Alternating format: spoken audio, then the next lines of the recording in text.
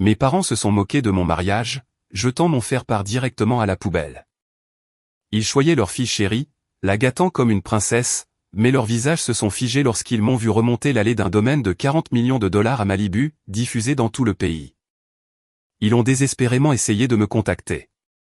Ma réponse ? L'enveloppe est revenue 3 jours après l'avoir postée. Le même papier cartonné crème. La même calligraphie dorée. La même carte de réponse que j'avais passé 40 minutes à choisir parce que je voulais que son poids ressemble à une invitation, pas à une supplication. Mais quelqu'un l'avait ouverte, avait retiré l'invitation, et y avait mis autre chose. Un morceau de papier de cahier déchiré. L'écriture de ma mère, la même écriture qui signait mes autorisations et écrivait « Fier de toi » sur mes serviettes de déjeuner en 3e année. 6 mots. Ne te donne pas la peine. Nous ne viendrons pas, je suis ingénieur en structure. Je calcule combien de poids une chose peut supporter avant de céder. Je connais le point exact où la charge dépasse la capacité, et où quelque chose qui semblait parfaitement solide se brise. Je me tenais dans mon appartement à Los Angeles, tenant cette enveloppe, et les calculs se faisaient dans ma poitrine. Force latérale contre résistance à la traction. Les chiffres n'étaient pas bons. Mon autre main a cherché mon sac. Mes doigts ont trouvé l'équerre en T en acier que je garde dans la poche latérale, une équerre de dessin de 6 pouces. Je l'ai acheté le jour de ma remise de diplôme de l'UCLA parce que personne d'autre n'allait m'acheter quoi que ce soit. J'ai frotté mon pouce le long du bord comme certaines personnes touchent une croix ou un anneau. Métal froid. Angles exacts. Quelque chose qui ne change pas d'avis à votre sujet. Voici ce que vous devez savoir sur la famille Langston de Bartlesville, Oklahoma. Il y a 2 filles. Et l'une d'elles est la bonne. Shelby est la bonne. Shelby est restée. Shelby a épousé Cole Pranti à 21 ans au First Baptist Fellowship Hall avec 200 invités et un gâteau à étage que notre mère a passé 3 semaines à planifier. Shelby vit à 10 minutes du ranch. Shelby a 2 enfants, Levi, 4 ans, et Brinley, 2 ans et notre mère garde les enfants tous les jeudis pour que Shelby puisse se faire les ongles. Shelby est blonde et menue et rit comme un carillon éolien et on ne lui a jamais dit qu'elle était une honte pour cette famille. Je suis l'autre. La première fois que j'ai compris les calculs, j'avais 11 ans. Toute la famille allait à Disney World, un voyage pour lequel nos parents avaient économisé toute l'année. La nuit avant notre départ, ma mère est venue dans ma chambre pendant que je faisais ma valise. Elle s'est assise sur le bord de mon lit et a posé sa main sur mon genou comme on le fait quand on est sur le point de dire quelque chose de gentil. Nous n'avons que 4 billets, ma chérie. Et Shelby veut vraiment, vraiment y aller. 4 personnes. 4 billets. Papa. Maman. Shelby. Et l'espace où j'étais. Je suis resté chez ma grand-mère. Nana June m'a préparé du poulet aux boulettes et m'a laissé regarder ce que je voulais à la télé et m'a dit de sourire pour un Polaroid sur le porche. J'ai souri. Ma bouche, en tout cas. Quelque part dans la chambre de Shelby, il y a encore un album photo de ce voyage des oreilles de Mickey assorties. Le château au coucher du soleil. Shelby sur les épaules de mon père. Il n'y a pas d'album de ma semaine avec Nana June. Juste le Polaroid qu'elle a pris de moi sur le porche. Une fille en t-shirt Sonic le hérisson, souriant avec des dents trop grandes pour son visage et des yeux qui avaient déjà fait les calculs. 4 billets. 3 Langston. Et moi sur le porche. Après Disney, le schéma est devenu plus facile à voir, ou peut-être que je suis juste devenu meilleur à la lecture des plans. Le récital de danse de Shelby. Au premier rang. Les 2 parents. Des fleurs après. Ma victoire à la foire scientifique. Première place. Qualifié pour la compétition régionale. Un texto de ma mère qui disait « C'est super, Anne ». Pas de point. Pas de point d'exclamation. Juste 5 mots tapés entre ce qu'elle faisait réellement. La première voiture de Shelby à 17 ans. Une Civic d'occasion. Un nœud rouge sur le capot. Papa rayonnant. Ma bourse pour l'UCLA. Entièrement prise en charge. Programme d'ingénierie.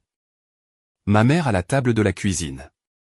Lisant la lettre avec ses lèvres serrées en une ligne que je reconnais maintenant comme de la peur, disant « Ce bout de papier ne te tiendra pas chaud la nuit, Harper ». Et pourtant. Et pourtant j'ai continué à construire. J'ai continué à leur tendre des plans de moi-même et à attendre que quelqu'un dise « c'est une bonne conception. Construisons ça ». Quand j'avais 16 ans, j'ai travaillé au service au volant de Dairy Queen pendant 4 mois. J'ai économisé $220. J'ai acheté à ma mère 2 billets pour voir Reba McEntire au BOK Center à Tulsa, sa chanteuse préférée. Celle qu'elle fredonnait en faisant des biscuits. J'ai enveloppé les billets dans du papier de soie et je les regardais les ouvrir le matin de la fête des mères. Elle a emmené Shelby. Tu comprends, ma chérie. Tu es la plus responsable. Responsable. Le mot qu'on vous donne au lieu de « choisi ». Je l'ai appris comme un deuxième prénom. Harper responsable Langston. La fille qui comprendrait. Qui resterait silencieuse. Qui continuerait à offrir et à être écartée et à comprendre parce que c'était son rôle structurel dans cette famille. Porteur le fardeau pour que tout le monde puisse se tenir confortablement au-dessus d'elle. J'ai quitté Bartlesville le lendemain de ma remise de diplôme du lycée. J'ai fait 2 valises. Mon père se tenait à la porte d'entrée. Pas d'étreinte. Les bras le long du corps comme des poteaux de clôture. Ne reviens pas demander de l'argent, a-t-il dit. Je ne l'ai pas fait. Pas une seule fois en 10 ans. Alors, quand j'ai adressé cette enveloppe crème à monsieur et madame Earl Langston. Rural Route 4. Bartlesville, Oklahoma.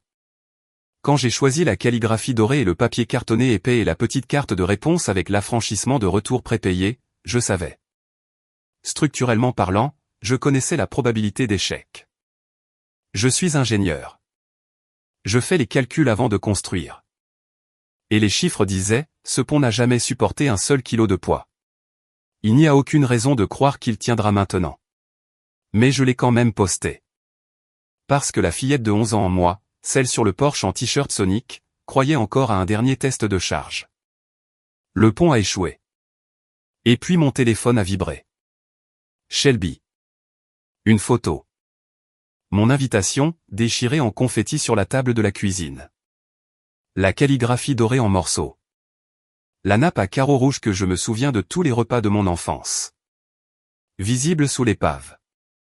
La tasse de café de ma mère dans le cadre, à moitié pleine. Elle avait fait ça pendant son café du matin. Routine. Le message de Shelby. Maman dit de ne pas te ridiculiser. Trop gentil papier lol. Lol. Ma sœur a tapé lol sous une photo de mon faire-part de mariage en morceaux. J'ai vérifié mon journal d'appel. Un appel manqué de mon père, 40 minutes plus tôt. J'ai rappelé. 4 sonneries. Messagerie vocale. Je n'ai pas laissé de message. Que dites-vous à l'homme qui se tenait à la porte comme un poteau de clôture et vous a regardé partir? L'appartement était silencieux. Los Angeles bourdonnait 10 étages plus bas de circulation. Sirène. La musique lourde d'une basse pulsant dans l'air chaud. J'ai posé l'enveloppe sur le comptoir à côté de l'équerre hanté. 2 objets qui racontent la même histoire. L'un que j'ai fait pour eux, et l'autre que j'ai fait pour moi. Un seul d'entre eux gardait encore sa forme. J'aurais dû pleurer. Je pense qu'une personne normale aurait pleuré. Au lieu de cela, j'ai fait ce que je fais toujours quand quelque chose se casse. J'ai sorti un crayon et j'ai commencé à calculer ce qu'il faudrait pour construire quelque chose de nouveau. Je suis arrivé à Los Angeles avec $800 et un compte courant, une valise qui sentait le foin de l'Oklahoma et l'huile de moteur, et la marque particulière de feuilles assouplissantes que ma mère achetait en vrac chez Walmart. Je me souviens m'être tenu devant le dortoir de Lucla à 7 heures du matin, la chaleur d'eau pesant déjà comme une main, et avoir pensé, c'est le plus loin que quiconque de ma famille ait jamais été de Bartlesville. Ce n'était pas assez loin. L'école d'ingénieur, c'est 85% d'hommes. Personne ne vous le dit avant d'arriver. Personne ne vous dit que la première semaine, un gars de votre cours de statique regardera vos calculs et dira, qui vous a aidé avec ça? Et quand vous direz, personne, il rira comme si vous aviez raconté une blague. Personne ne vous dit que les groupes d'études se formeront sans vous, que les partenaires de laboratoire se mettront en binôme pendant que vous chercherez encore, que vous passerez 4 ans à être silencieusement, poliment invisible. Dans une pièce pleine de gens plus bruyants que vous et moins précis.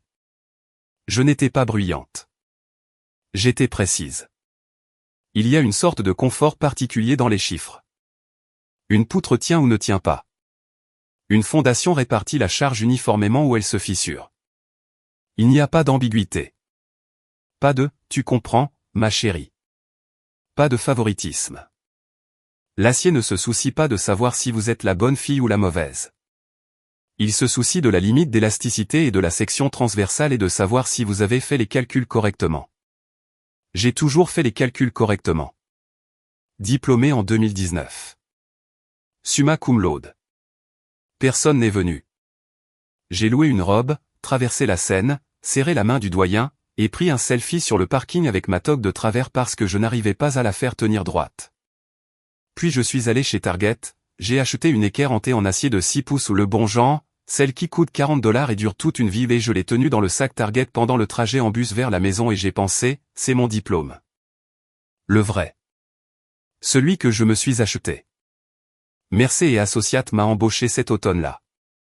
Un cabinet d'ingénierie structurelle de taille moyenne, bureau à Culver City, client allant des rénovations résidentielles aux gratte-ciel commerciaux. J'ai commencé comme jeune ingénieur, effectuant des calculs que quelqu'un d'autre vérifiait. La deuxième année, je vérifiais les calculs des autres. La troisième année, je dirigeais des projets de rénovation sismique, évaluant si les bâtiments pouvaient survivre au prochain grand tremblement de terre, et quand la réponse était non, concevant le renforcement qui les ferait tenir. J'étais doué pour faire tenir les choses.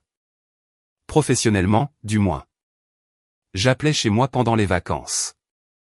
Thanksgiving, Noël, la fête des mères, l'anniversaire de mon père. Pourquoi? Lorraine répondait quand elle en avait envie. Elle parlait de Shelby la grossesse de Shelby, la nouvelle cuisine de Shelby, les enfants de Shelby. La chose drôle que Lévi avait dite à l'église. J'écoutais. Parfois j'essayais de lui parler d'un projet où nous renforcions un théâtre des années 1920 à Silver Lake. De belles vieilles pierres, et j'étais fier de la solution que nous avions trouvée pour la maçonnerie non renforcée. C'est sympa, ma chérie, disait-elle. De la même manière qu'on dit, c'est sympa, à un enfant qui vous montre un dessin au crayon. Puis, oh, Shelby appelle sur l'autre ligne. À bientôt. Mon père et moi ne parlions pas. Nous n'avions pas parlé, vraiment parlé, depuis le jour où il s'était tenu à la porte et m'avait dit de ne pas revenir demander de l'argent. Occasionnellement, il décrochait quand j'appelais, et nous échangions des bulletins météorologiques comme deux étrangers attendant le même bus. Il fait chaud là-bas? Oui. Il fait chaud ici aussi. Puis Lorraine prenait le téléphone, et le rapport Shelby commençait. 3 ans de ça. Construire à Los Angeles. Se déverser dans un vide en Oklahoma. Structurellement parlant, j'étais en porte-à-faux, étendu sur rien, maintenu seulement par ma propre rigidité. Puis j'ai rencontré James. Octobre 2022. Une équipe de tournage de documentaire est venue filmer sur un chantier de construction à Koreatown, où nous effectuions une évaluation sismique sur un bâtiment à usage mixte. J'étais au 3e étage en train de vérifier l'espacement des barres d'armature quand un homme avec une caméra sur l'épaule m'a demandé d'expliquer ce que je faisais d'une manière que son monteur comprendrait. Je m'assure que les bâtiments ne tombent pas, ai-je dit. C'est l'interview la plus courte que j'ai jamais faite, a-t-il dit. Il souriait. Il avait le genre de visage qui semblait toujours sur le point de sourire bouche prête. Yeux déjà là. Il s'appelait James Park. C'était un cinéaste. Indépendant. Coréano-américain. Élevé à Torrance. Il avait 30 ans. Il était chaleureux d'une manière que je ne comprenais pas entièrement, parce que la chaleur, selon mon expérience, était toujours conditionnelle. Toujours la chose qui précédait quelqu'un vous disant qu'il n'avait que 4 billets. Nous avons parlé pendant 40 minutes. Il m'a demandé ce que j'aimais dans l'ingénierie. J'ai dit, la certitude. Il a demandé ce que je voulais dire. J'ai dit, une soudure est assez solide ou elle ne l'est pas. Personne ne décide après coup qu'elle aurait dû être une soudure différente. Il m'a regardé longtemps après ça. Pas comme les hommes me regardaient habituellement. Pas pour m'évaluer. Pas pour calculer. Juste pour regarder. Comme s'il lisait un plan et le trouvait intéressant. Premier rendez-vous. Un faux restaurant à Little Saigon. Petit, bruyant, chaise en plastique. Je lui ai parlé du voyage à Disney. Je ne sais pas pourquoi je lui ai dit ou je n'avais rien dit à personne à Los Angeles. Ni à mes colocataires à l'université. Ni à mes collègues. Personne. Mais James a posé des questions sur ma famille, et au lieu du « ils vont bien, ils sont en Oklahoma » habituel, j'ai ouvert la bouche. Et le voyage à Disney est sorti comme une écharpe qui se frayait un chemin à la surface depuis 17 ans. Il n'a pas dit « c'est terrible ». Il n'a pas dit « je suis désolé ». Il est resté silencieux un instant, les baguettes immobiles, le bouillon refroidissant. Puis il a dit « alors, vous n'avez jamais eu l'album photo ». 5 mots. Et j'ai su qu'il avait compris. Pas la colère, n'importe qui peut comprendre la colère. Il a compris la forme spécifique de l'absence. La page vide où les photos auraient dû être. 6 mois après avoir commencé à sortir ensemble, j'ai rencontré sa mère. Eunice Park. 62 ans. Retraitée de la blanchisserie. Petite femme. Yeux vifs. Des mains qui semblaient avoir repassé 10 000 chemises et qui avaient encore la force de préhension pour le prouver. Elle m'a servi du gigae et m'a regardé manger, et a posé des questions dont les bords étaient enveloppés de politesse. Où est votre famille, Harper? Pourquoi ne vous rendent-ils pas visite? J'ai dit qu'ils étaient occupés avec le ranch. Madame Park a hoché la tête d'une manière qui signifiait qu'elle ne me croyait pas, mais qu'elle n'allait pas insister au pas encore. Elle m'a appris à rouler du kimbap. Elle a corrigé mon ratio riz-vinaigre 3 fois sans s'excuser. Et à la fin de ce premier dîner, elle m'a tendu un récipient de banchan restant et a dit « revenez jeudi ». Pas une question. Une instruction. Je suis revenu jeudi. Et le jeudi d'après. J'ai appelé chez moi pour Thanksgiving. Lorraine a décroché à la 4e sonnerie. Harper. Oh, super. Shelby est encore enceinte, tu y crois? Le 3e. Quand vas-tu te poser? J'étais en train de me poser. Elle ne faisait juste pas attention. James a fait sa demande en octobre 2025, sur le toit d'un bâtiment que j'avais rénové 2 ans plus tôt, un complexe d'appartements de 5 étages à Echo Park, où la propriétaire avait pleuré quand je lui avais dit que le bâtiment survivrait au prochain tremblement de terre de magnitude 7. James s'est agenouillé à côté d'un joint sismique que j'avais conçu, et j'ai dit oui avant qu'il ne termine sa phrase. Puis j'ai fait ce que je m'étais promis de ne pas faire. J'ai envoyé l'invitation. Papier cartonné crème. Calligraphie dorée. Je l'ai adressé avec soin. Chaque lettre aussi précise qu'un dessin de construction. Parce que quelque part sous les calculs de charges et l'équerre hanté et les 10 ans à construire une vie dont personne à Bartlesville ne se souciait, il y avait toujours une fille de 11 ans sur un Porsche en t-shirt Sonic, qui croyait que si elle demandait juste une fois de plus, il viendrait. Nina, ingénieure senior chez Mercer, ma plus proche amie au travail. Nigériane américaine. Le genre de femme qui dit exactement ce qu'elle pense et pense exactement ce qu'elle dit. Nina m'a regardé sceller l'enveloppe et a dit « Tu es sûr ?» Ce sont mes parents, ai-je dit. Comme si cela répondait à quoi que ce soit. Comme si le sang avait jamais été porteur de charge. Avez-vous déjà construit quelque chose de beau dans une ville où personne de chez vous ne le verrait jamais? L'invitation a été postée un lundi. Le jeudi, elle était de retour. Je dois revenir un instant sur l'enveloppe. Parce qu'il y a des détails que j'ai sautés et des détails qui importent structurellement, même s'ils sont petits. Le papier cartonné était du Crane et compagnie 100% coton. Je le sais parce que j'ai passé 2 heures dans une papeterie à Pasadena, comparant les grammages et les textures, passant mon pouce sur échantillon après échantillon, parce que je suis une personne qui croit que les matériaux comptent. Je voulais que mes parents tiennent l'invitation et ressentent sa qualité avant de lire un mot. Je voulais qu'ils pensent, elle s'en sort bien là-bas. La calligraphie a été faite par une femme nommée Gina, qui travaille depuis un studio à Atwater Village. Elle facturait $11 par enveloppe. Madame, parce que je voulais que les lettres ressemblent à celles écrites à la main, par quelqu'un qui se souciait. Monsieur et Madame Earl Langston. Rural Route 4. Bartlesville, Oklahoma. 74 003. Chaque lettre placée avec intention. L'écriture de ma mère sur le papier de cahier était l'inverse. Rapide. Furieuse. Le WN de Wonte appuyait si fort qu'il déchirait légèrement la page. Mais elle avait quand même mis une majuscule à la première lettre de la phrase. Toujours utiliser un point à la fin. Lorraine Langston. Le genre de femme qui corrige votre grammaire tout en démantelant votre espoir. Je veux que vous compreniez la chronologie.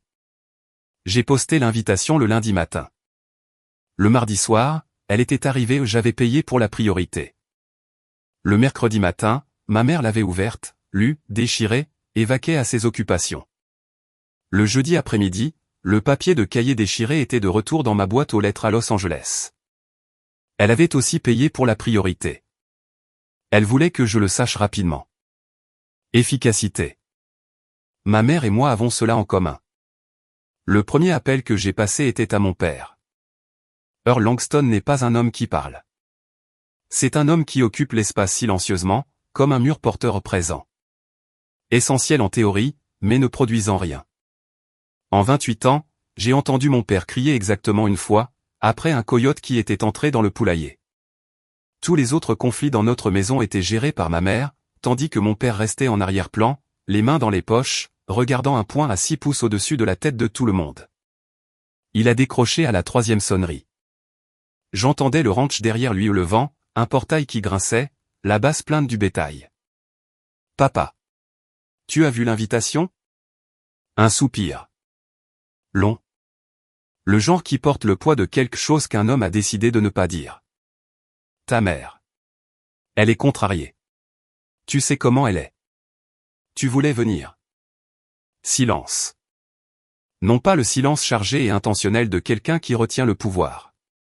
Le silence mou, vide de quelqu'un qui a cessé de prendre ses propres décisions il y a si longtemps qu'il en a oublié le mécanisme. J'ai compté 3 secondes. Silence. 4. 5. Comme je compte les secondes lors d'un test de charge, quand on attend de voir si la structure tient ou cède. C'est compliqué, Harper. Le mot « compliqué » est une porte que les hommes comme mon père utilisent pour sortir des conversations qu'ils ne peuvent pas gérer. Cela signifie « je ne désapprouverai pas ta mère. Je ne m'interposerai pas entre vous. Je n'irai pas à l'aéroport et ne volerai pas en Californie et ne te conduirai pas à l'hôtel parce que cela exigerait que je choisisse. Et j'ai passé 31 ans dans ce mariage en ne choisissant jamais. Ok. Point. Clic. Le deuxième appel était à ma mère. Lorraine a répondu à la première sonnerie. Sa voix était contrôlée à la fréquence particulière qu'elle utilise quand elle a déjà répété ce qu'elle va dire.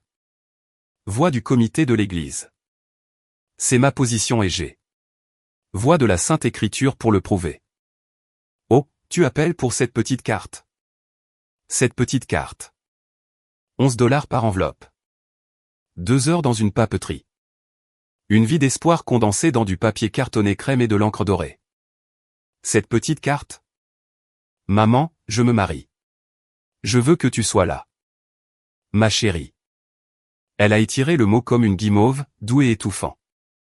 Je ne traverse pas le pays pour un mariage dont je n'ai pas été consulté. Tu as fait tes choix. Tu as choisi cette vie. Tu as choisi cette ville. Et tu as choisi ce garçon. Elle a marqué une pause sur le mot.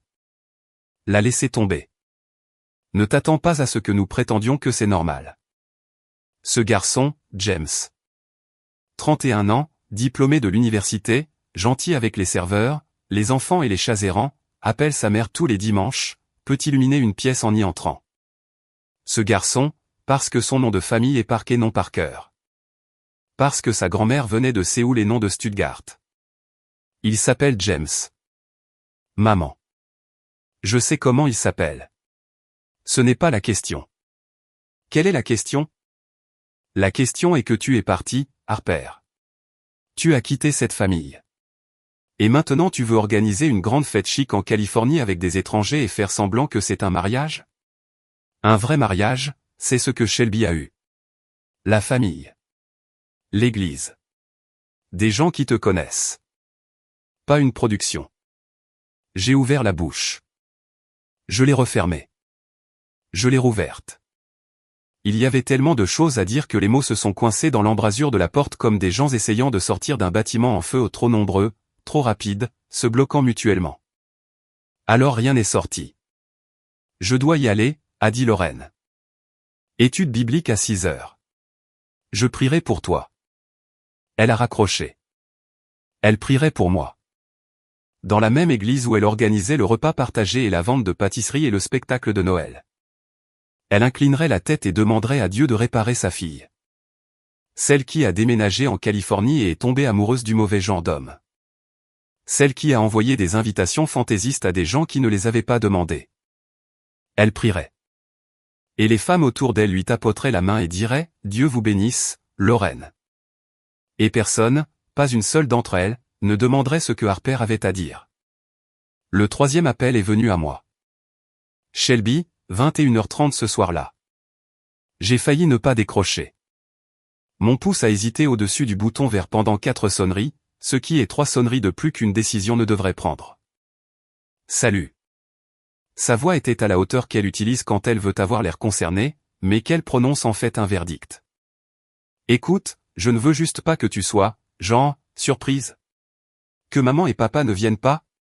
Parce que honnêtement, Harper, tu ne t'attendais pas vraiment à ce qu'ils viennent, n'est-ce pas? Je n'ai rien dit. Tu es parti. Tu es parti et tu as creusé ce trou. Tout ce que tu as là-bas. Et tant mieux pour toi, je suppose. Mais tu ne peux pas partir et ensuite exiger une ovation. Ce n'est pas comme ça que fonctionne la famille. La famille est là. Tous les jours. Je suis là, je suis ici. Harper, c'est moi qui emmène Lévi chez le dentiste et qui aide maman au jardin et qui écoute les histoires de papa sur les prix du bétail pour la 900e fois. Je suis là. Et toi, tu es où? Un appartement à Los Angeles avec un petit ami que maman n'a jamais rencontré, a planifié un mariage que personne n'a demandé? Elle a marqué une pause, attendant que je discute. Je ne l'ai pas fait.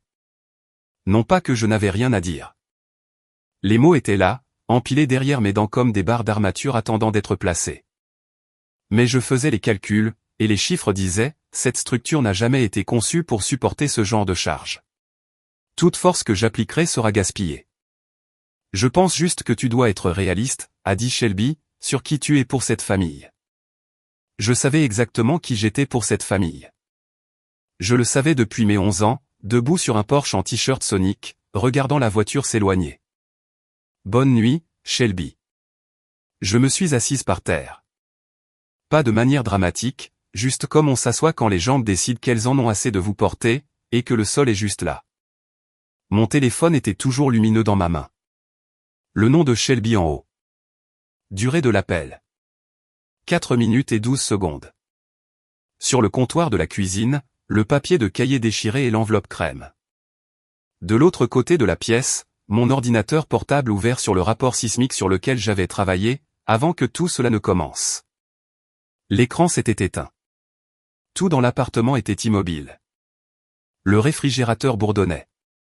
La circulation se déplaçait à l'extérieur comme quelque chose qui ne s'arrêterait jamais, quoi qu'il arrive dans cette pièce.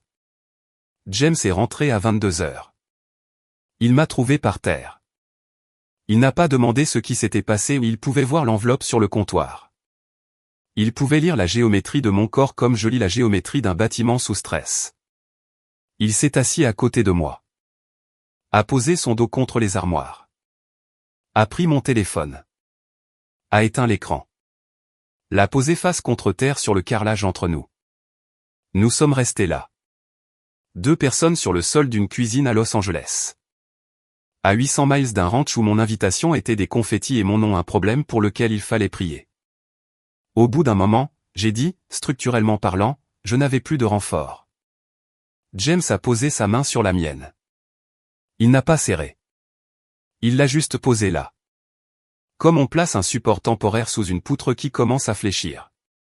Et nous sommes restés comme ça jusqu'à ce que le réfrigérateur s'arrête et que l'appartement devienne vraiment silencieux et que je puisse entendre, pour la première fois, le son de quelque chose en moi qui commençait à céder.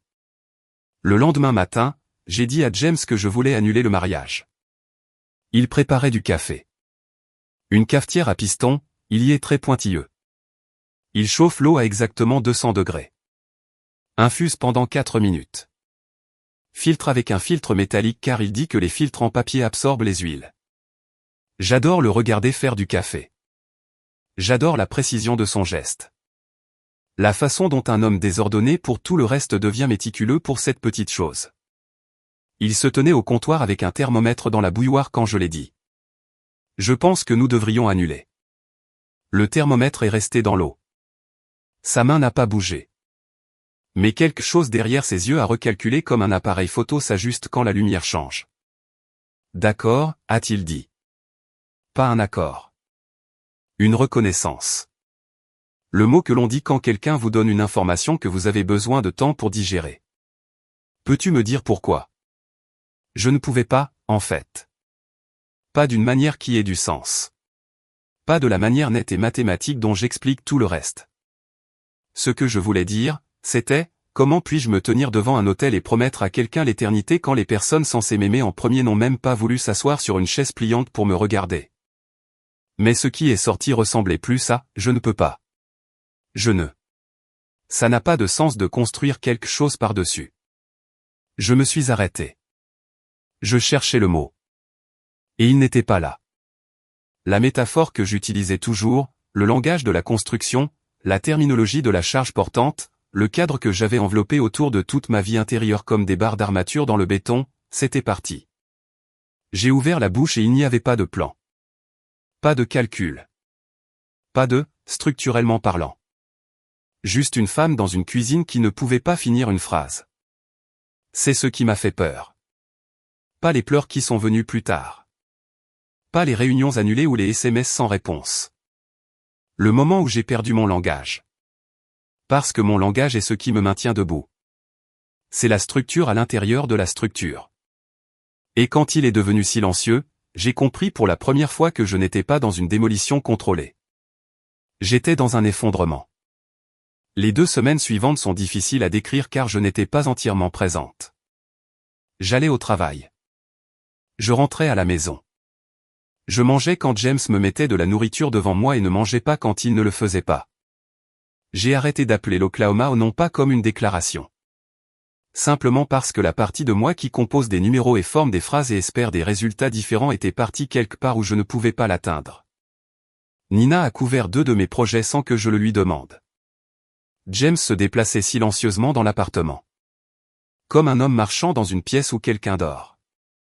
Faisant attention à ne pas perturber le repos fragile que j'obtenais. Je devrais vous parler du mercredi. C'était 9 jours après l'enveloppe.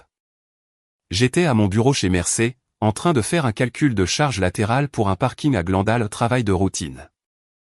Le genre de travail que je peux normalement faire en pensant à toute autre chose. Brancher les variables. Vitesse du vent. Zone sismique. Classification des sols. Charge permanente. Charge d'exploitation. Exécuter le modèle. Vérifier la sortie. Confirmer. Initialiser. Passer à autre chose. Je me suis trompé de classification des sols. Pas une petite erreur. J'ai utilisé le type D au lieu du type E. Ce qui change la catégorie de conception sismique. Ce qui change le coefficient de cisaillement à la base. Ce qui signifie que chaque calcul en aval était bâti sur de mauvaises fondations. En ingénierie structurelle, c'est le genre d'erreur qui tue des gens. Pas immédiatement. Pas de manière dramatique. Mais des années plus tard, quand le tremblement de terre arrive et que le parking ne tient pas. Parce que quelqu'un a entré la mauvaise lettre dans une feuille de calcul un mercredi de novembre. Nina l'a remarqué. Bien sûr, Nina l'a remarqué. Nina remarque tout. C'est pourquoi elle est senior. Et pas moi. Et je ne lui en ai jamais voulu. Elle m'a traîné dans la salle de conférence avec la porte qui ne se ferme pas complètement et le tableau blanc que personne n'a effacé depuis août. Type Harper. Glendale est de type E. Tu le sais. Je sais. Tu ne t'es jamais trompé de classification des sols. Pas une seule fois en 3 ans. Je sais. Elle s'est assise sur le bord de la table. A croisé les bras. M'a regardé comme elle regarde un dessin structurel qui ne correspond pas. Pas en colère. Juste en calculant l'origine de l'erreur. Dis-moi. Alors je lui ai raconté. L'enveloppe. Les 6 mots. Les 3 appels téléphoniques. Les confettis sur la nappe à carreaux rouges. La main de James sur la mienne sur le sol de la cuisine. Le mariage que je voulais annuler. Le langage que je ne pouvais pas trouver. Tout cela dans la salle de conférence avec la porte entr'ouverte et le tableau blanc doux. Pendant que quelque part à Glandal un parking attendait la bonne classification des sols. Nina est restée silencieuse un moment. Puis elle a dit quelque chose à quoi je ne m'attendais pas. Mes parents ne sont pas venus à ma cérémonie de naturalisation. J'ai levé les yeux. 2014 Tribunal fédéral du centre-ville de LA. J'avais attendu 6 ans pour ce rendez-vous. Ma mère, elle est à Lagos, elle a dit, c'est une absurdité américaine, tu connais Yeram. Tu es Igbo. Un morceau de papier ne change pas ton sang. Nina a décroisé les bras. J'ai pleuré pendant une semaine. J'ai failli ne pas y aller. Et puis j'y suis allé quand même. Et le juge qui m'a assermenté ou une femme noire âgée, la juge Harriet Colvin, je me souviendrai de son nom jusqu'à ma mort. Elle m'a serré la main après et a dit, bienvenue chez vous. Pause. Parfois, chez soi, c'est là où l'on est le bienvenu, Harper. Pas là d'où l'on vient. Je me suis assise avec ça. Cela n'a rien réparé. Une phrase ne répare pas une défaillance structurelle, il faut un renforcement réel. Un travail réel. Un temps réel. Mais c'était la première chose en 9 jours qui s'était posée quelque part de solide en moi. Un ancrage. Pas une fondation. Juste un ancrage. Cette nuit-là, je n'arrivais pas à dormir. James respirait lentement et régulièrement à côté de moi. Il dort comme un homme sans calculs inachevés, ce que j'ai toujours envié. Je me suis levé, suis allé dans le salon, j'ai ouvert mon sac. L'équerre en thé était dans la poche latérale où elle est toujours. 6 pouces d'acier. $40 chez Target. Le seul cadeau de remise de diplôme que j'ai jamais reçu, offert par moi-même, pour moi-même, sur un parking à Westwood, portant une toque que je n'arrivais pas à mettre droite. Je l'ai tenue, je l'ai retournée, j'ai passé mon pouce le long du bord. Et j'ai pensé au jour où je l'ai acheté, à quel point j'étais fier. Et à quel point j'étais triste. Et à la façon dont ces deux choses existaient dans le même souffle. La façon dont la charge et la résistance existent dans la même poutre. J'ai pensé à chaque fois que j'avais touché cet objet quand les chiffres devenaient difficiles, ou que la journée s'éternisait, ou que les pièces manquantes de ma vie me pressaient de tous les côtés. Ma petite boussole en acier. Ma preuve que je pouvais construire des choses, même si personne ne me regardait les construire. Et puis, j'ai pensé à l'invitation. La calligraphie. Les 40 minutes passées à choisir le papier cartonné. Les $11 par enveloppe. Le timbre prioritaire. Tout ce soin. Toute cette précision. Toute cette ingénierie visant 2 personnes qui l'avaient déchiré entre 2 gorgées de café du matin. Quelque chose a traversé mon bras, pas une décision. Juste un courant. Comme un circuit qui se complète. Et j'ai lancé l'équerre en thé contre le mur. Elle a frappé le placoplâtre avec un son que je n'oublierai jamais. Pas un fracas. Une perforation. Un bruit sourd et dense. Et puis elle est restée là. Un bras encastré dans le mur. L'autre pointant vers le plafond comme une main tordue. La poussière de placoplâtre est tombée. James était dans l'embrasure de la porte. Je ne sais pas à quelle vitesse il a bougé, mais il était là. Et j'étais par terre à nouveau, pas assise cette fois, mais plié. Genoux contre la poitrine. Bras autour de mes tibias. Et le son qui est sorti de moi n'était pas quelque chose que j'avais prévu, ou permis, ou que j'aurais pu arrêter. Ce n'était pas élégant. Ce n'était pas cinématographique. C'était le son que fait une structure quand le dernier renfort cède. Et qu'il ne reste plus rien entre elle et le sol. J'ai pleuré jusqu'à ce que mes côtes me fassent mal. Jusqu'à ce que mes yeux gonflent. Jusqu'à ce que ma gorge se referme à un trou d'épingle, et que chaque respiration soit une négociation. James s'est assis à côté de moi sur le sol, dans la même position qu'avant. Le dos contre les armoires, et il n'a pas dit que ça allait. Il n'a pas dit que ça irait mieux. Il a dit, je ne vais pas te dire que ça n'a pas d'importance. Ça en a. Ce sont tes parents, et ils ont cassé quelque chose. Puis, après un moment, mais il faut que tu entendes ça. Que nous nous marions sur une falaise, ou dans un tribunal, ou pas du tout, je suis là. Je ne pars pas parce qu'ils sont partis. Je l'ai entendu. J'ai entendu les mots, et je savais qu'ils étaient vrais, comme je sais qu'une soudure est vraie, en l'attestant. 3 ans de James Park, et il n'avait jamais échoué à un test de charge. Jamais. Mais entendre quelque chose et le croire sont deux matériaux différents. L'un est mou. L'autre prend du temps à durcir.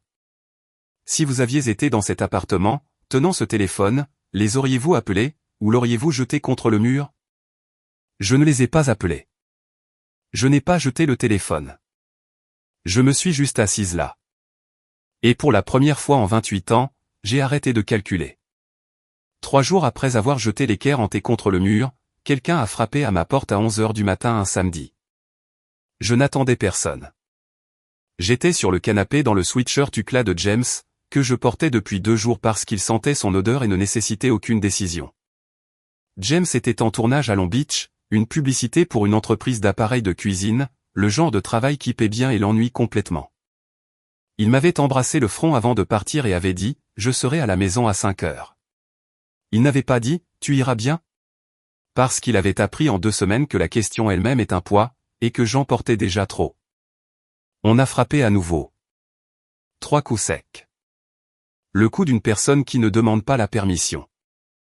J'ai ouvert la porte. Madame Eunice Park se tenait dans le couloir, tenant un grand pot en céramique à 2 mains, un sac en tissu de récipient de Banchamp suspendu à son coude, et une expression qui montrait clairement qu'elle n'était pas venue demander comment j'allais. « As-tu mangé aujourd'hui ?» « Je sais. »« Pas encore. » Elle est passée devant moi dans la cuisine. N'a pas attendu d'invitation. N'a pas commenté le sweatshirt ou la vaisselle sale ou l'enfoncement dans le placoplâtre, où une équerre hantée avait récemment été retirée par un homme qui savait qu'il valait mieux ne pas poser de questions. Elle a posé le pot sur la cuisinière, a tourné le brûleur à feu moyen, et a commencé à disposer les banchands kimchi, radis marinés, épinards assaisonnés. Mulchi, anchois séchés, avec l'efficacité d'une femme qui a nourri des gens à travers toutes sortes de crises et n'a pas besoin d'une conversation pour commencer à le faire. Je me tenais dans ma propre cuisine et regardais la mère de mon fiancé arranger de petits plats sur mon comptoir, et quelque chose à l'intérieur de ma poitrine a bougé au pas de manière dramatique, pas comme un mur qui cède, mais comme une porte qui s'ouvre d'1 pouce. Juste assez pour laisser entrer un filet de lumière. « Assieds-toi » a dit Madame Park. Je me suis assise. Elle a servi le gigae dans un bol qu'elle avait apporté de chez elle, en céramique, bleu et blanc, le genre que l'on voit dans les restaurants coréens. Elle l'a placé devant moi avec une cuillère et 2 serviettes, et un regard qui disait « mange », plus clairement que le mot lui-même. J'ai mangé. Le bouillon était chaud et rouge, et il m'a légèrement brûlé la langue, et cette petite douleur était la première chose que j'avais ressentie en 3 jours qui n'était pas du chagrin. Cela avait le goût de la cuisine de quelqu'un. Le goût de l'attention de quelqu'un. Le goût des mardis soirs chez les Park à Torrance, quand Madame Park refusait de me laisser partir sans un récipient de quelque chose. Elle s'est assise en face de moi et n'a pas parlé tant que je n'avais pas fini la moitié du bol. Puis elle a dit, James me l'a dit. Pas tout. Assez. J'ai posé la cuillère. Quand je suis venu en Amérique, a-t-elle dit, j'avais 25 ans. D'un chon à LAX, une valise, un mari qui travaillait au garage de son oncle, et $300 dans une enveloppe que ma mère m'a donnée à l'aéroport. Elle a marqué une pause. A ajusté un plat de Banchamp d'1/4 de pouce vers la gauche, sans autre raison que la précision. Mes parents, ils ne voulaient pas que je parte. Mon père n'a rien dit. Ma mère a tout dit. Elle a dit que je rejetais ma famille. Elle a dit que j'étais égoïste. Elle a dit, tu es morte pour nous. J'ai cessé de respirer un instant. Pas métaphoriquement. Je n'ai pas vu ma mère pendant 14 ans. 14 ans, Harper. Sais-tu combien de temps c'est? Quand je suis parti, mes cheveux étaient noirs. Quand je l'ai revue, ils étaient gris. Et elle était plus petite. Les mères ne sont pas censées rapetisser. Madame Park a regardé ses mains, les mains qui avaient repassé 10 000 chemises, qui avaient signé un bail pour un pressing, qui avaient élevé 2 garçons dans un pays qui n'était pas celui où elle était née. Quand elle est finalement venue me rendre visite, elle a traversé ma maison, et elle a regardé les photos sur le mur James dans son uniforme de football, David à son récital de piano, le magasin le jour de l'ouverture et elle a commencé à pleurer. Et elle a dit, tu as survécu sans moi. Madame Park m'a regardé, et j'ai dit, je n'ai pas survécu sans toi, Uma. J'ai survécu grâce aux personnes qui sont venues quand tu n'étais pas là. La cuisine était silencieuse. Le giga bouillonnait sur la cuisinière, bas et régulier, le seul son dans la pièce. Puis Madame Park a tendu la main à travers la table et a posé sa main sur la mienne, la même main que James avait tenue sur ce même sol de cuisine 10 jours plus tôt, et elle a dit, « La famille n'est pas le sang, Harper. La famille, c'est qui met la table quand tu ne peux pas te nourrir. » J'ai baissé les yeux.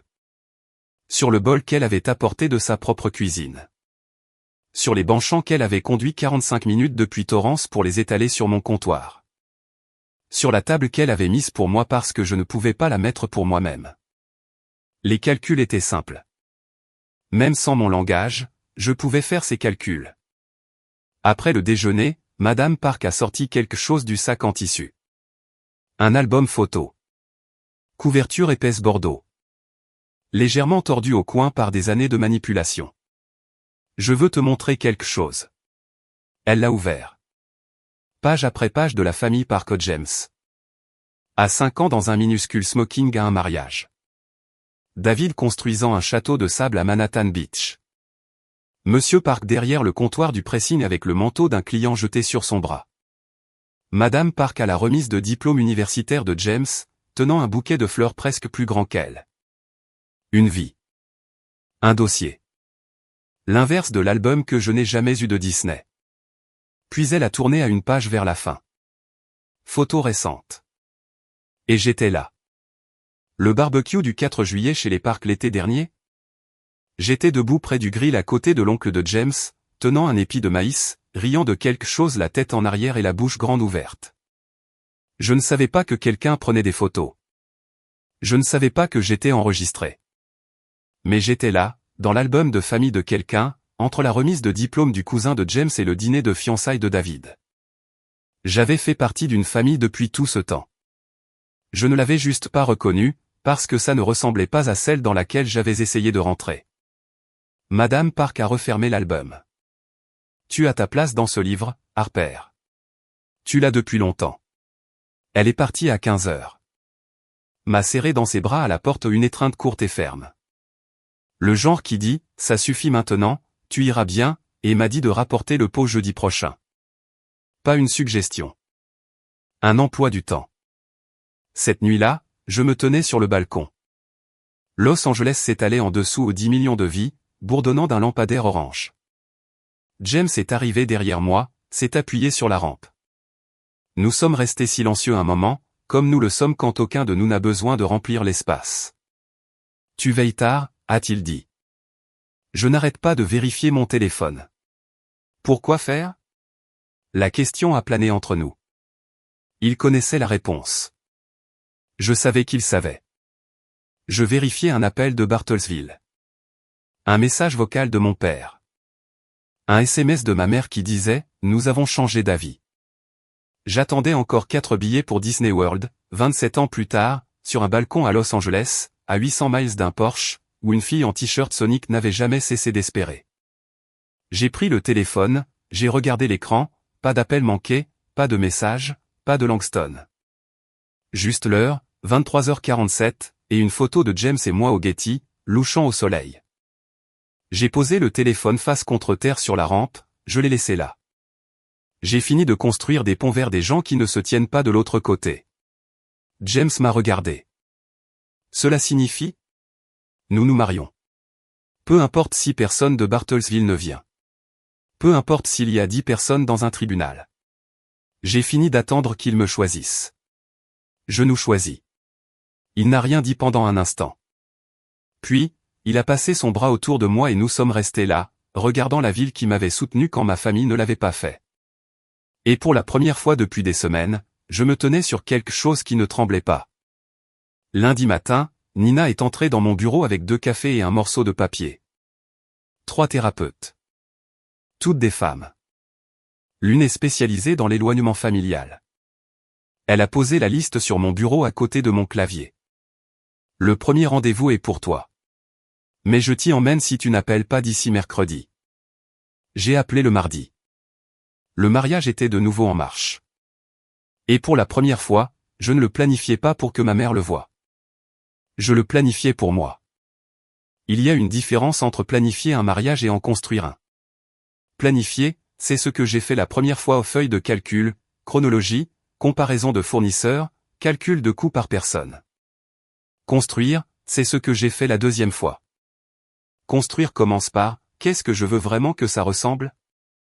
Je voulais des fleurs sauvages, pas des pivoines importées ou des arrangements de designers ou des fleurs sauvages de l'Oklahoma, des gaillardes, des rudbeckias, des échinacées, les fleurs que je cueillais sur le bord de la route de campagne quand j'avais 8 ans. Rentrant à pied de l'arrêt de bus parce que personne ne venait me chercher. Je les voulais parce qu'elles étaient à moi, pas parce qu'elles étaient à Lorraine ou à Shelby ou à Bartlesville. À moi. La fille de la route de campagne a gardé une seule chose de cet endroit, et c'était les fleurs sauvages. Je voulais que la nourriture ait le goût des deux moitiés de ce que je devenais. James et moi nous sommes assis dans la cuisine de sa mère un mardi soir et avons élaboré un menu. Des mini-burgers galbi, des macaronis au kimchi, du pain de maïs avec du beurre au miel et au gochujang. Madame Park a goûté le beurre au miel et a fermé les yeux et n'a rien dit pendant 3 secondes complètes, ce qui, de sa part, est la meilleure critique possible. Le frère de James, David, le silencieux, celui qui est devenu comptable et communique principalement par des feuilles de calcul. David nous a envoyé un modèle de budget le lendemain avec un onglet codé par couleur pour chaque fournisseur. Je l'ai imprimé et collé sur le réfrigérateur. Notre réfrigérateur avait maintenant un budget de mariage écrit de la main de David, et un menu à emporter de l'endroit où James et moi avions eu notre premier rendez-vous. Ça ressemblait à une vie. Une vraie. Le lieu est arrivé grâce à un parking. Je dois expliquer. Warren Aldridge a 68 ans, est à la retraite, a fait fortune dans la fabrication de semi-conducteurs, et possède une propriété sur une falaise à Malibu d'une valeur d'au moins 40 millions de dollars.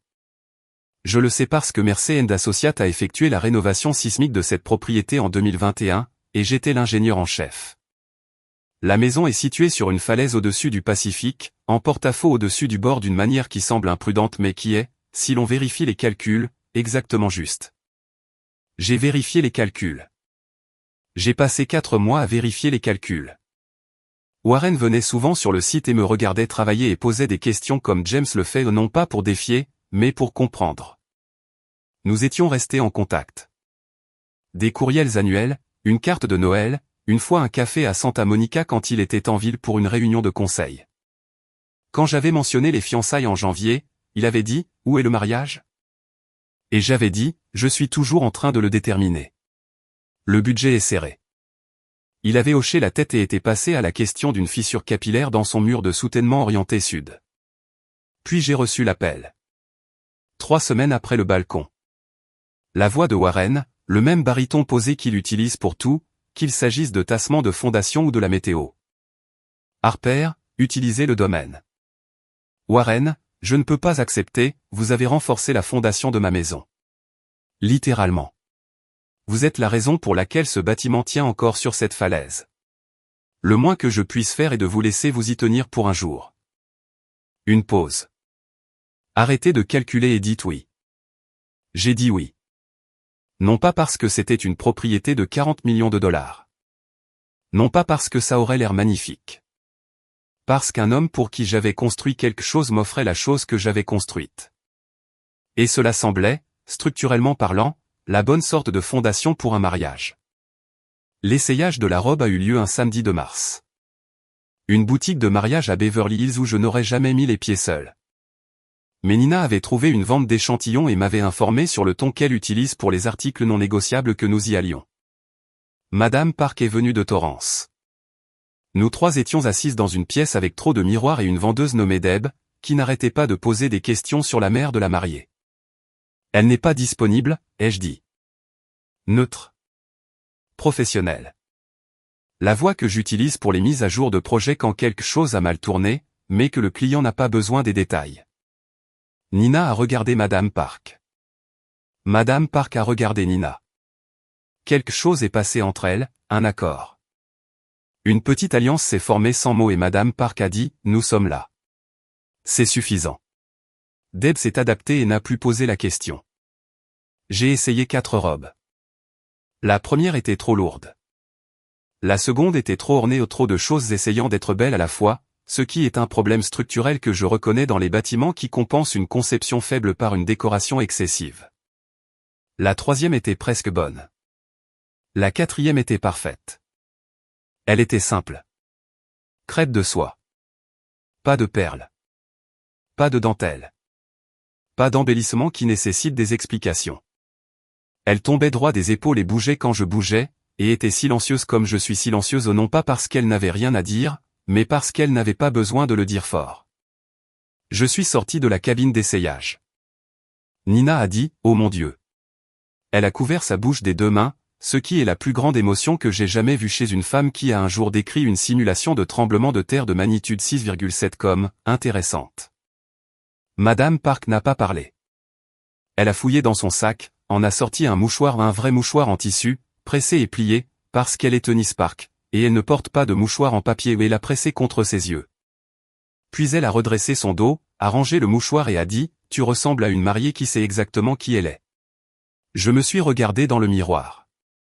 Et pendant un moment clair et simple, je n'ai pas vu la mauvaise fille, ni la fille sur le porche, ni la femme sur le sol de la cuisine. J'ai vu Harper, en robe de mariée, debout, droite. Cette nuit-là, je me suis assise à la table de la cuisine et j'ai écrit mes vœux. Ils sont venus plus vite que je ne m'y attendais. Le langage était de retour. Les métaphores structurelles. La précision. J'ai écrit, et réécrit, et barré, et recommencé, et finalement j'ai eu quelque chose qui semblait vrai. Pas parfait. Vrai. En ingénierie, ce sont des normes différentes. Parfait signifie sans défaut. Vrai signifie que la chose fait ce pourquoi elle a été conçue. Quand j'ai eu fini, j'ai pris mon téléphone, mon pouce est allé au contact, et par réflexe, par la mémoire musculaire de 28 ans, il a défilé jusqu'à elle Lauren Langston. Le numéro que j'ai appelé à chaque fête, chaque anniversaire, chaque étape importante, et plusieurs qui ne l'étaient pas. Le numéro qui sonne 4 fois, et parfois répond, et parfois non, et ne m'a jamais appelé en premier. Mon pouce a hésité. 3 secondes. Puis j'ai remonté. Passé elle. Jusqu'à Eunice Park. Elle a répondu à la deuxième sonnerie. J'ai écrit mes vœux. Puis-je te les lire? Une pause. Un petit soupir. Puis, lis-les. Plus lentement que tu ne penses devoir le faire. J'ai lu. Elle a écouté. Quand j'ai eu fini, elle a dit, parfait. Et puis, plus doucement. Ta mère devrait entendre ça. Elle ne le fera pas, je sais. C'est sa perte. Relis-les. Je les ai relus. Plus lentement. Et la femme à l'autre bout du fil, la femme qui est venue en Amérique avec $300 dans une valise et a quand même bâti une vie, a écouté chaque mot, comme si c'était la chose la plus importante qu'elle entendrait de toute la journée. Avril est arrivé plus vite que je n'y étais prête. Mais encore une fois, j'avais passé 28 ans à me préparer. Je ne le savais juste pas. Je me suis réveillé au son de l'océan Pacifique et à l'absence de l'homme que j'allais épouser. James avait quitté la suite d'invités avant l'aube, la tradition, avait-il dit. Même si aucun de nous n'est particulièrement traditionnel, le lit était vide de son côté. Mais, sur la table de nuit, où mon téléphone se trouvait habituellement, il y avait 2 choses. Mon équerre en thé. 6 pouces d'acier, légèrement plié à un coin depuis la nuit où elle avait frappé le placoplâtre. James l'avait retiré du mur le matin suivant, avait rebouché le trou sans commentaire, et l'avait gardé dans son sac d'appareil photo pendant des semaines. Et une note de son écriture lâche et tordue. Quelque chose d'emprunté. Quelque chose d'acier. Je l'ai prise. J'ai passé mon pouce le long du bord comme je l'avais fait 1000 fois sur des parkings, dans des salles de conférence, sur des sols de cuisine. L'acier était froid, l'angle était exact. 90 degrés. Toujours 90 degrés. Je l'ai tenu contre ma poitrine, puis je l'ai posé sur la commode à côté de mes vœux et je suis allé me marier. Madame Park est arrivée à 8 heures précises. Nina est arrivée avec un fer à friser et un tutoriel YouTube qu'elle avait regardé 3 fois. La première tentative pour mes cheveux était structurellement instable, déséquilibrée d'une manière qui défiait son master en ingénierie. Madame Park a observé depuis le cuiseur à vapeur sans pitié. Les cheveux ne sont pas d'accord avec ton diplôme. J'ai ri un vrai rire. Venu du ventre, le genre qui fait couler les larmes. Nina a refait la frange du côté gauche. C'était encore légèrement inégal. Je m'en fichais. Les choses réelles ne sont jamais symétriques. Quand la robe était enfilée, Madame Park a fouillé dans son sac et en a sorti une pochette en soie. À l'intérieur, une épingle à cheveux argentés en forme de grue aux ailes déployées. Ma mère me l'a donnée à l'aéroport d'Incheon le jour où j'ai quitté la Corée, a-t-elle dit. Sa voix était stable mais ses mains ne l'étaient pas. Elle a dit que j'étais morte pour elle. Mais elle me l'a pressée dans la main au dernier moment et a dit « Reviens ». Elle m'a regardé. Je veux que tu la portes aujourd'hui. J'ai baissé la tête. Elle a glissé l'épingle dans mes cheveux au-dessus de mon oreille gauche, ses doigts s'attardant en ajustant, s'assurant qu'elle était bien fixée, comme une mère vérifie que tout est en place avant de lâcher prise. Voilà. Puis, d'une voix qui a presque craqué mais ne l'a pas fait, parce qu'elle est Tony Stark. Pas encore. Du mascara. À 10h30, je me tenais à l'extrémité d'un chemin de pierre le long du bord de la falaise. Une arche en bois enveloppée de fleurs sauvages de l'Oklahoma au Gaillard. Rudbeckia, Échinacée. 85 personnes sur des chaises pliantes blanches. James au bout dans un costume sombre, sans cravate, les yeux déjà humides. Il n'y avait personne à mes côtés. Pas de père. Pas de mère. J'ai marché seul. Et je dois vous faire comprendre la différence entre marcher seul parce que personne n'est venu et marcher seul parce que vous avez décidé que la personne qui vous mène à l'hôtel devrait être la même personne qui vous a mené jusqu'ici. Cette personne, c'était moi. 85 personnes se sont levées. Je ne sais pas quand, j'ai seulement remarqué quand le son a changé. Un bruissement, un déplacement, l'expiration collective de personnes qui avaient décidé de se lever. Non pas parce que la tradition le leur disait. Parce que quelque chose dans la vue d'une femme marchant seule vers la personne qui est restée leur a donné envie d'être debout. James a prononcé ses vœux en premier. Chaleureux, drôle, spécifique. Il a parlé du jour où nous nous sommes rencontrés. Tu te disputais avec une barre d'armature à propos de l'espacement. Tu perdais, et j'ai pensé, je veux connaître cette femme. Les invités ont ri. Madame Park a secoué la tête. Puis c'était mon tour. J'ai regardé James. L'océan bougeait derrière lui. Les fleurs sauvages tremblaient. 85 personnes étaient silencieuses. J'ai ouvert la bouche. Et pendant un moment terrible, magnifique, rien. Les mots se sont accumulés derrière ma poitrine comme tout ce que j'avais toujours voulu dire à quelqu'un. Puis je l'ai trouvé. Ma phrase, celle que j'avais perdue, dans un appartement sombre, est retrouvée sur un balcon. Structurellement parlant, James, ma voix a craqué. Je me suis arrêté.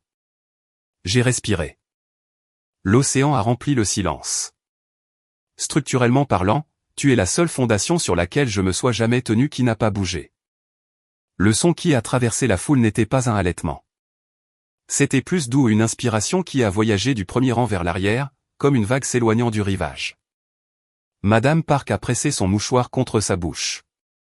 Le menton de James est tombé, et une larme est tombée directement sur nos doigts joints. Je n'ai pas pleuré.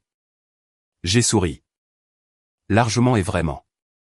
Parce que pour la première fois en 28 ans, je ne demandais à personne de confirmer que j'étais suffisante. Je savais. Le collègue de James, Marcus, avait filmé la cérémonie sous 3 angles.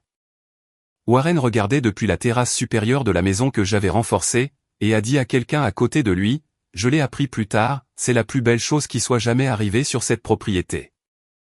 Je ne savais pas que les caméras changeraient tout. Je ne savais pas que le lundi matin, 40 millions de dollars de côte de Malibu seraient sur les écrans de télévision à travers le pays.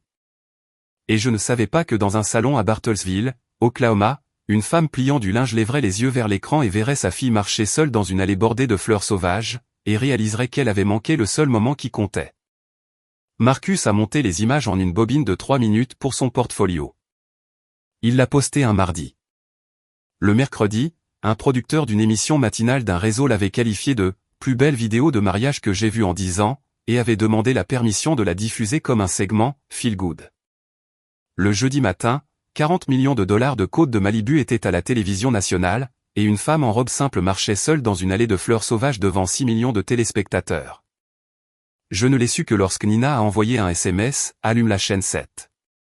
Tout de suite. Je me suis regardé à l'écran. La falaise.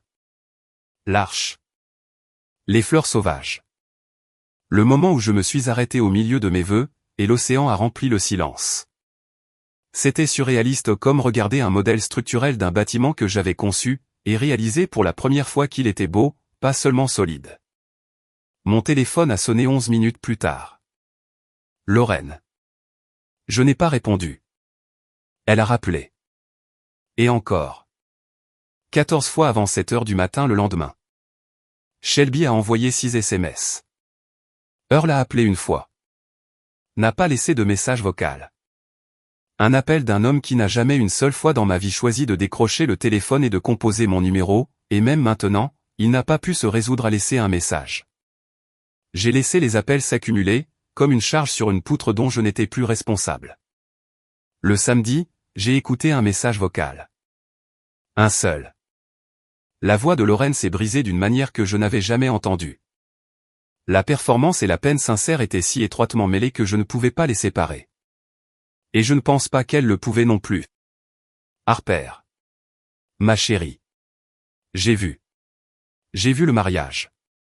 C'était magnifique. Je ne comprends pas pourquoi tu ne nous as pas dit que ça allait être comme ça. Nous aurions. Je veux dire, si nous avions su. J'ai arrêté le message vocal. S'ils avaient su. S'ils avaient su que le lieu valait 40 millions de dollars, ils seraient venus. S'ils avaient su que ce serait à la télévision, ils seraient venus. S'ils avaient su que la robe était magnifique et que la falaise était superbe et que les fleurs sauvages ressemblaient à quelque chose d'un magazine, ils seraient venus. Ils auraient réservé un vol et repassé leurs vêtements du dimanche et dit aux dames de l'église qu'ils allaient au mariage de leur fille à Malibu et souri pour chaque caméra que Marcus pointait sur eux. Mais ils ne seraient pas venus pour moi. Juste moi. Juste Harper. Dans un tribunal. Dans un jardin. Sur un parking. Juste leur fille. Leur demandant d'être présent pour le jour le plus important de sa vie. Ce n'était pas suffisant. Je n'étais pas suffisante. Je n'allais jamais l'être non pas à cause de ce qui me manquait. Mais parce qu'ils avaient décidé que je ne l'étais pas. Il y a longtemps. Une nuit où il n'y avait que 4 billets pour Disney World. J'ai tapé 2 mots. J'ai envoyé le même message à Lorraine, Earl et Shelby. Le même texte. Le même horodatage. Trop tard. Puis j'ai éteint mon téléphone. Non pas par colère. Non pas par vengeance. De la même manière tranquille que l'on clôt un permis sur un projet terminé. Le travail est fait. La structure tient. Il n'y a plus rien à inspecter. 2 semaines plus tard. Un colis est arrivé de Bartlesville. Pas de nom d'expéditeur. Mais j'ai reconnu l'écriture de Shelby sur l'étiquette plus ronde que celle de notre mère. Moins précise. À l'intérieur se trouvait un petit sac Ziploc. Des confettis dorés. Les restes déchiquetés de mon faire-part de mariage. Le papier cartonné crème et la calligraphie que j'avais choisi si soigneusement. Maintenant en morceaux. Lorraine les avait gardés. Pas tous. Juste une poignée. Rangés dans une boîte sur le comptoir de la cuisine. Gardés comme on garde quelque chose qu'on n'est pas prêt à jeter mais qu'on ne peut se résoudre à réassembler. La note de Shelby disait seulement « Maman voulait que tu aies ça ». Je ne sais pas pourquoi. J'ai tenu les fragments. Or sur crème. Je pouvais voir une partie d'une lettre ou la courbe d'un P de parc peut-être. Ou la queue d'un Y de cérémonie. J'aurais pu essayer de les reconstituer. J'aurais pu appeler. J'aurais pu ouvrir la porte que j'avais fermée. J'ai mis les confettis dans une petite boîte en bois sur mon bureau. À côté de l'équerre en T. À côté de l'épingle à cheveux en forme de grue de Madame Park, que j'avais portée une fois et que je garderai pour toujours. J'ai ouvert un nouvel album photo, celui que James avait acheté la semaine après le mariage. Couverture bordeaux. Pages épaisses. Et j'ai placé notre photo de mariage sur la première page. Harper et James Park. Avril 2026. Malibu, Californie. La deuxième page était vide. Tout le livre était vide. Mais c'était le but. Nous le construirions au fur et à mesure. Je me suis assise à mon bureau, j'ai ouvert mon ordinateur portable et j'ai commencé ma journée de travail. Par la fenêtre, Los Angeles bougeait dans ses 10 millions de directions. L'équerre hantait captait la lumière du matin. L'album était ouvert. Et quelque part à Bartlesville, une femme avec 14 appels sans réponse et une poignée de confettis manquants apprenait ce que j'avais appris il y a longtemps sur un Porsche en t-shirt Sonic. Certaines personnes partent. Et celles qui restent, ce sont elles qui comptent.